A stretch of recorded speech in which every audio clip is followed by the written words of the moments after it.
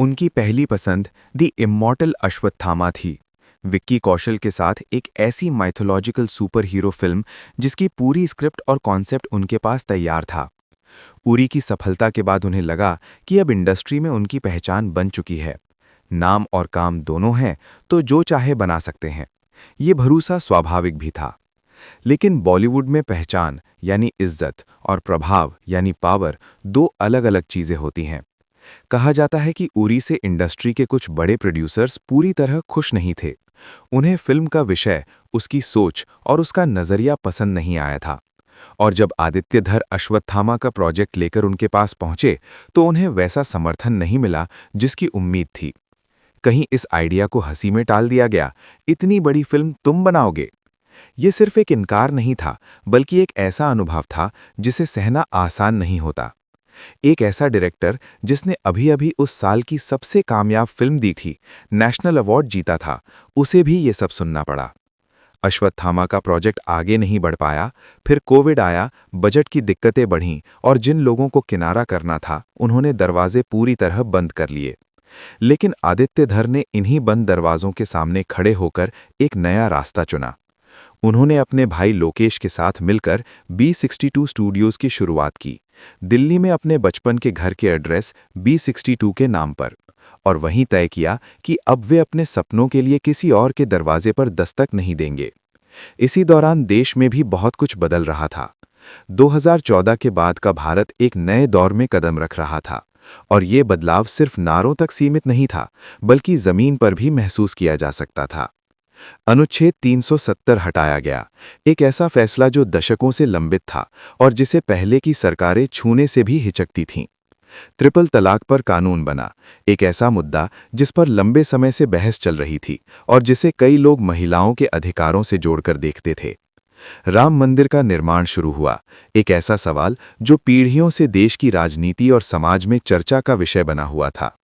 इसी दौर में सीमा पार की कार्रवाई, सर्जिकल स्ट्राइक और बालाकोट एयर स्ट्राइक भी हुईं, जिन्होंने भारत की सुरक्षा नीति को लेकर एक अलग संदेश दिया।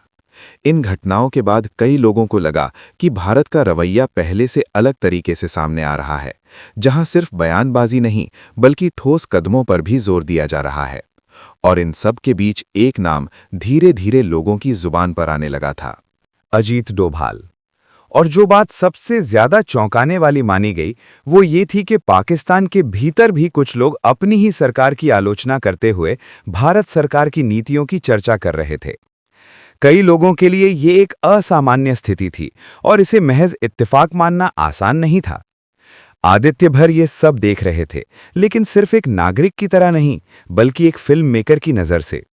उन्हें लगने लगा कि इस पूरे बदलाव के पीछे की असली कहानी अभी तक पूरी तरह सामने नहीं आई है। उरी में वे अजीत डोभाल से प्रेरित एक किरदार दिखा चुके थे, लेकिन उरी के बाद जो कुछ हुआ, डोभाल से जुड़े और ऑपरेशनों की चर्चा, देश का बदलता माहौल, वो उस एक फिल्म से कहीं बड़ा था। यहीं से उन्होंने गहराई से रिसर्च शुरू की। डोभाल के ऑपरेशन, उनका काम करने का तरीका, उनकी सोच, वो सब जो उन्हें बाकी लोगों से अलग बनाता है। और ऐसी गहन रिसर्च के दौरान धुरंधर का बीज पड़ा, एक ऐसी कहानी जो सिर्फ घटनाओं की नहीं बल्कि उस सोच की थी जो पर्दे के पीछे रहकर इतिहास का रुख बदल देती है। कहानी लिखनी शुरू हुई एक ऐसे जासूस की जो दुश्मन के घर में रहकर उसे भीतर से तोड़ता है, एक ऐसे देश की जो अब चुप नहीं रहता, और एक ऐसे किरदार की जिसमें वो सब कुछ था जो आदित्य ने अजीत डोभाल में देखा था। धीरे धीरे आदित्य ने अश्वत्थामा को एक तरफ रख दिया। वो उनका सपना था, लेकिन धुरंधर उन्हें एक जरूरत लगने लगी थी। महीनों की मेहनत के बाद स्क्रिप्ट तैयार हुई और आदित्य को यकीन था कि इस कहानी में दम है। उस समय बॉलीवुड में स्पाई फिल्मों का एक अलग ही दौर चल रहा था। दर्शक ऐसी कहानियों को पसंद कर रहे थे। इसी भरोसे के साथ वे एक बड़े प्रोडक्शन हाउस के पास पहुंचे। एक बड़े प्रोड्यूसर के साथ मीटिंग तय हुई। मुंबई की एक गर्म दोपहर में आदित्य उस प्रोड्यूसर के घर पहुंचे। उन्होंने स्क्रिप्ट सौंपी। प्रोड्यूसर ने पढ़ना शुरू किया और कुछ ही पन्ने पलटने के बाद उनके चेहरे का रंग बदल गया, गुस्सा साफ नजर आने लगा। उन्होंने स्क्रिप्ट फाड़ दी। ये क्या है? इसे कौन देखेगा? रियल स्पाई की फिल्म हम कोई डॉक्यूमेंट्री नहीं बनाते। एक था टाइगर जैसी लिखो, वॉर जैसी लिखो, तब बात करेंगे। इस तरह की फिल्मों के लिए मेरे पास न बजट है न इंटरेस्ट। आदित्य वहां से निकल गए। वो स्क्रिप्ट जिसे उन्होंने महीनों में लिखा था, जिसमें डोभाल साहब की रिसर्च थी, देश के बदलते दौर की कहानी थी, एक जासूस की असली दुनिया थी, वो किसी के घर में फटी हुई पड़ी रह गई। उस रात आदित्य सो नहीं पाए, पूरी रात जागते रहे। शायद यही सोचते हुए कि उरी के बाद भी यही हुआ, अश्वत्थामा के साथ भी यही हुआ, और अब धुरंधर के साथ भी। लेकिन उस रात जो टूटा वही कुछ नया बनकर उभरा। अगले दिन आदित्य और उनके भाई लोकेश साथ बैठे। फैसला हुआ, धुरंधर अब उनकी अपनी प्रोडक्शन कंपनी B62 स्टूडियोज के तहत बनेगी, चाहे कुछ भी हो। इसी दौरान उनके बैनर के तहत आर्टिकल 370 रिलीज हुई। फिल्म सफल रही और खुद प्रधानमंत्री मोदी ने भी उसकी तारीफ की। इससे आदित्य को थोड़ा हौसला मिला। कास्टिंग शुरू हुई, लीड रोल के लिए रणवीर सिंह को चुना गया। लेकिन जिस वक्त रणवीर इस फिल्म से जुड़े, उनका करियर एक मुश्किल दौर से गुजर रहा था। जयेश भाई जोरदार जैसी फिल्में बुरी तरह फ्लॉप हो चुकी थी। दर्शकों का रुझान भी कम होता नजर आ रहा था। इसी बीच उनका एक फोटोशूट पूरे देश में चर्चा का विषय बन गया। दीपिका के साथ जुड़ी खबरें भी सुर्खियों में रहीं। लोग तरह तरह की बातें कर रहे थे, कुछ इसे बॉलीवुड का कल्चर बता रहे थे। लेकिन आदित्य को अपनी कहानी पर पूरा भरोसा था। उन्हें यकीन था कि रणवीर इस किरदार को पूरी ताकत के साथ निभा सकते हैं। अगली समस्या लोकेशन की थी। फिल्म की ज्यादातर कहानी कराची के माफिया और आतंकी नेटवर्क पर आधारित थी। कराची दिखाना था, लेकिन वहां शूट करना मुमकिन नहीं था।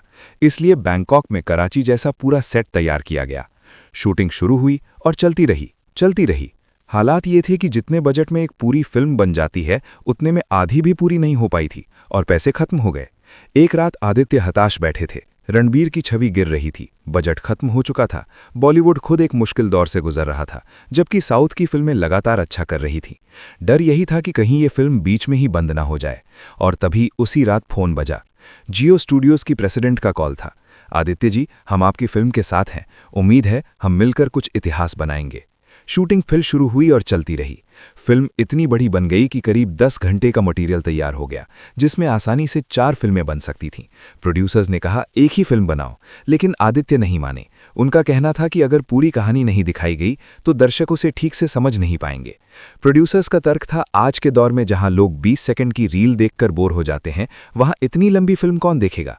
बहस हुई, लेकिन आदित्य अपने फैसले पर कायम रहे। आखिरकार तय हुआ कि फिल्म 2 पार्ट्स में रिलीज होगी। रिलीज का दिन आया, लेकिन किस्मत को शायद एक आखिरी इम्तिहान और लेना था। रणवीर के कांतारा मिमिक्री विवाद के चलते हाई कोर्ट ने उन्हें मंदिर जाकर माफी मांगने को कहा। देश में उनकी छवि को लेकर सवाल उठ रहे थे। उत्साह कम था और थिएटर्स में भीड़ भी उम्मीद से कम आई। पहले दिन की कमाई औसत रही, लेकिन जैसा गीता में कहा गया है, सच्चे कर्म में किया गया प्रयास कभी व्यर्थ नहीं जाता। और यहां भी वही हुआ। रविवार के बाद सोमवार से थिएटर्स भरने लगे। वर्ड ऑफ माउथ तेजी से फैलने लगी। लोग खुद दूसरों को फिल्म देखने के लिए खींच कर लाने लगे। और फिर वो इतिहास लिखा गया जो शोले के बाद दूसरी बार देखने को मिला। धुरंधर पार्ट 1 हिंदी सिनेमा की सबसे ज्यादा डोमेस्टिक कमाई करने वाली फिल्म बन गई। सभी एक्टर्स की जमकर तारीफ हुई। आदित्य धर का नाम हर जुबान पर छा गया। कुछ ही महीनों बाद पार्ट 2 रिलीज हुआ और उसने तो जैसे हलचल ही मचा दी। लोगों को टिकट नहीं मिल रहे थे। कई सालों बाद बॉलीवुड में ऐसा नज़ारा देखने को मिला।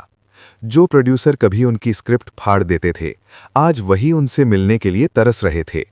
एक ऐसे वक्त में जब दुनिया के कई हिस्सों में तनाव है, इस फिल्म ने देशवासियों को जो खुशी दी, वो अपने आप में एक बड़ी जीत है। उम्मीद है आदित्य धर आगे भी ऐसी ही कहानियां लेकर आते रहेंगे। जय हिंद।